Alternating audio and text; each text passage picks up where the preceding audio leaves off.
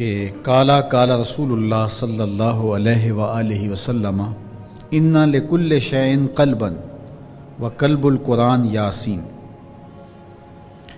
حضور نے ارشاد فرمایا ہر چیز کا ایک دل ہوتا ہے، قرآن کا دل سورہ یاسین ہے۔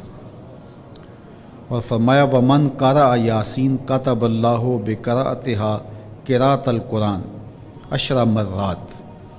جس نے سورہ یاسین کی تلاوت کی اللہ اس کو 10 مرتبہ قرآن پڑھنے کا ثواب عطا فرمائے گا۔ تو سورہ یاسین 10 مرتبہ قرآن مجید پڑھنے کے ثواب کے برابر ہے۔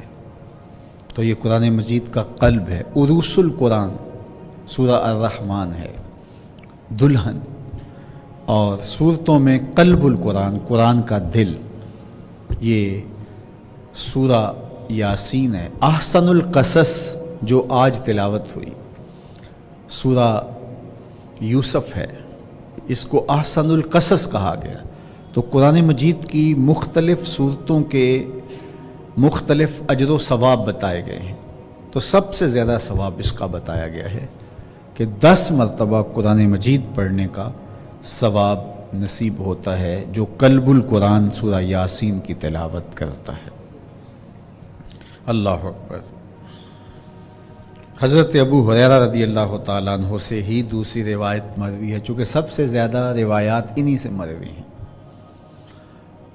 یہ بلیوں سے پیار کرتے تھے تو اس وجہ سے انہیں بلی کو ہرہ کہتے ہیں، اور اس کی تصغیر ہریرہ ہے، چھوٹی بلی جس کو بلونگڑا کہتے ہیں آپ، تو ہریرہ بلیوں والا۔ تو ایک زمانے میں ہمارے یہاں ایک صاحب ہوتے تھے، انتقال کر گئے، اللہ ان کی مغفرت فرمائے۔ تو وہ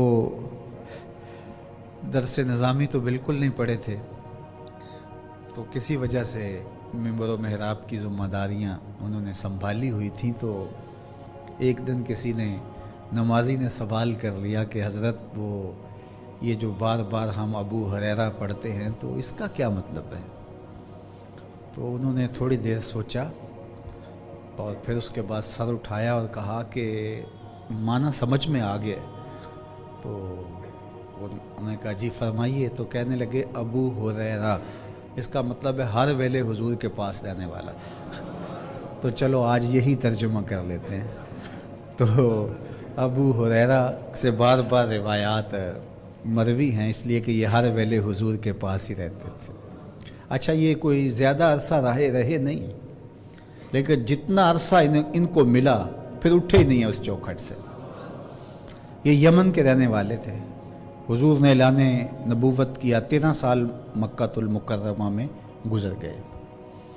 پھر اس کے بعد حضور علیہ السلام مدینہ شریف چلے گئے، اور حضور مدینہ میں جا کے غزوہ بدر ہوا، جنگ احد ہوئی، اور ادھر ان کو پتہ چلا تو یہ پھر حضور علیہ السلام سے ملنے کے لیے، زیارت کے لیے آئے۔ اللہ نے ان کے سینے کو روشن کیا۔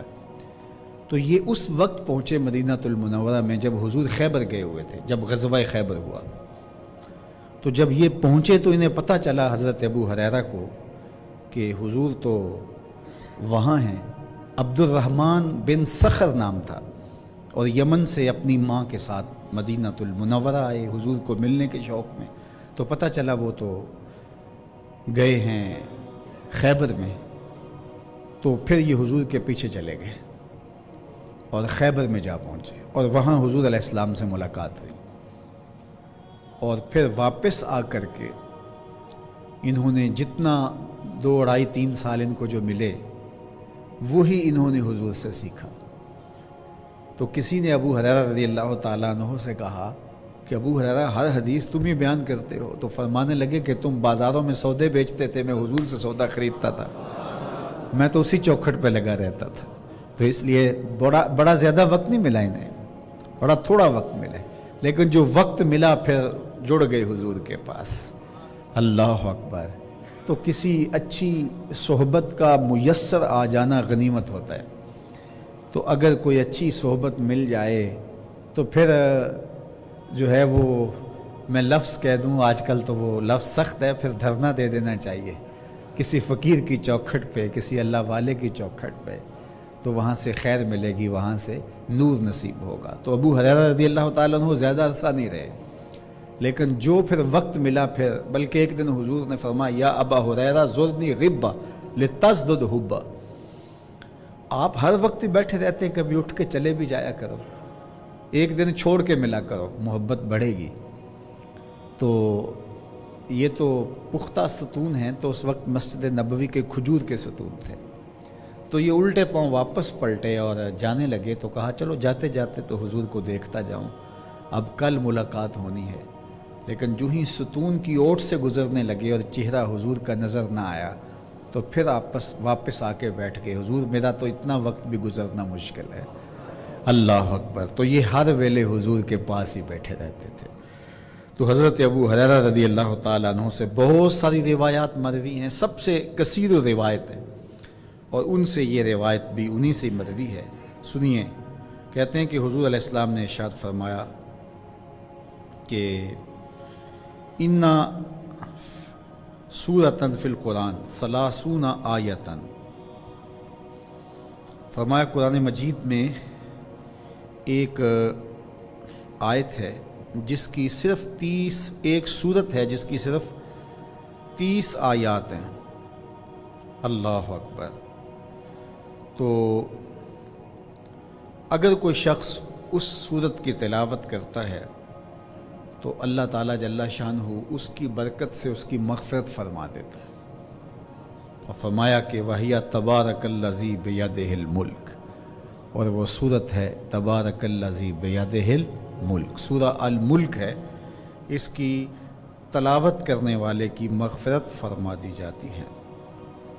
حضرت عبداللہ ابن عباس رضی اللہ تعالیٰ عنہ روایت کرتے ہیں کہ ایک دن رسول کریم صلی اللہ علیہ وآلہ وسلم نے ارشاد فرمایا وَدِدْتُ أَنَّهَا فِي قَلْبِ كُلِّ مُؤْمِنٍ یعنی تبارک الذی بیدہ الملک۔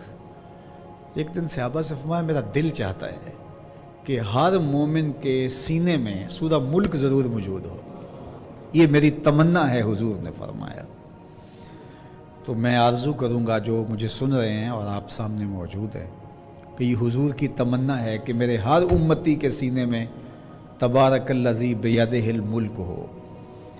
تو اس رمضان میں پھر کوشش کر کے یہ صورت یاد کر لیجیے، صرف 2 رکوع ہیں، بہت بڑی صورت نہیں ہے حجم کے اعتبار سے، صرف 30 آیات ہیں، اور روز کی ایک آیت بھی یاد کریں تو 1 مہینہ لگے گا، اور اگر 2 آیتیں روز یاد کریں تو آپ کو 25ویں روزے میں یہ صورت حفظ ہو چکی ہوگی۔ 10 تو روزے گزر گئے ہیں، باقی 15 دن لگیں گے، صرف 2 آیات، تبارک الذی بیدہ الملک وہو علی کل شیء قدیر، ایک تو یاد ہو گیا، آپ کو سبق کا آغاز ہو گیا، تو 1 آیت تو یاد ہوگی سب کو، اب باقی 29 آیتیں رہ گئی ہیں۔ تو میں چاہوں گا کہ میرے جملہ سننے والے اور آپ جتنے لوگ موجود ہیں یہ ارادہ کریں، عزم مصمم کہ ہم نے سورہ ملک یاد کرنی ہے، اور یہ میری آرزو نہیں ہے، یہ میرے حضور کی آرزو ہے۔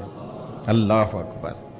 تو حضور نے فرمایا، یہ حضرت عبداللہ ابن عباس کہتے ہیں، حدیث سنیے، یہ دوبارہ حدیث آپ کے شوق کو دوبالا کرنے کے لیے، آپ کے اندر تشویق پیدا کرنے کے لیے، شوق فراواں آپ کے اندر پیدا کرنے کے لیے یہ حدیث آپ کو سنانا چاہوں گا پھر دوبارہ، کہ حضرت عبداللہ ابن عباس رضی اللہ تعالیٰ عنہ فرماتے ہیں کہ قال رسول اللہ صلی اللہ علیہ وآلہ وسلم وددت، مجھے بڑا محبوب لگتا ہے، مجھے بڑا اچھا لگتا ہے، میری بڑی چاہت ہے، وددت یہ ود سے ہے، محبت سے، وددت مجھے بڑی آرزو ہے، میری بڑی تمنا ہے، انہا فی